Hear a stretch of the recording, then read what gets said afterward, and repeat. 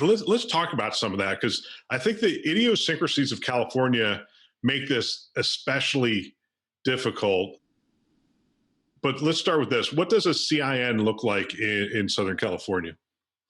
Yeah, so a clinically integrated network, or a structure that allows you to bring independent physicians and medical groups together to really contract on the managed care side or on the fee for service platform, where you can, take on some value-based care contracts on the fee for service framework, is really what we're looking to do with the CIN. So the goal is to drive costs down, improve quality, and really get to better health outcomes with the population you're serving. And yeah, it allows us to kind of bring all the pieces together, but not force a specific model like an employment model.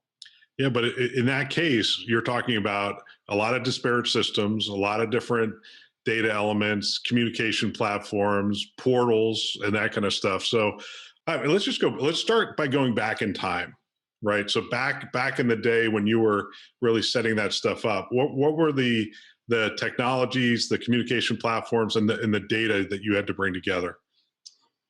Yeah, so probably the hardest thing is really there's so many different EMRs that were out in the community. So all the physicians, when the High Tech Act was passed, there was just an explosion of EMR implementation.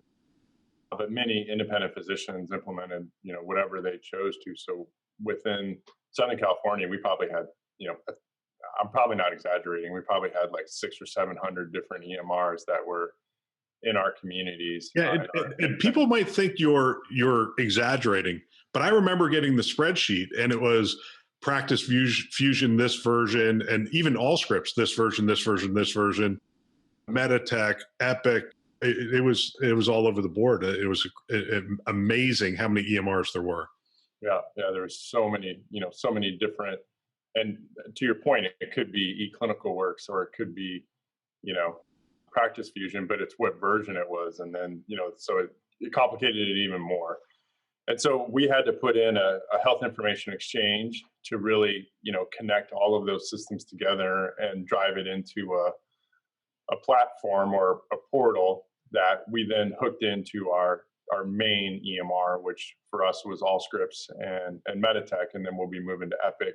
But kind of having that button available where you could aggregate all that data together. And if you're on a patient record, you can flip into that HIE and see more of the longitudinal view of what's going on with that patient. And that was a very complicated thing to build, and it took us years to get that built out. But now we have a situation where we have thousands of physicians that have their data connected together on that health information exchange, and we connected into our main EMRs, as I said, and it's really helped us to begin to do the real work that we need to do. So the first thing is getting the data connected, but the real work is really closing the gaps in care and identifying when, patients are overdue for screenings, or we need to do different quality programs.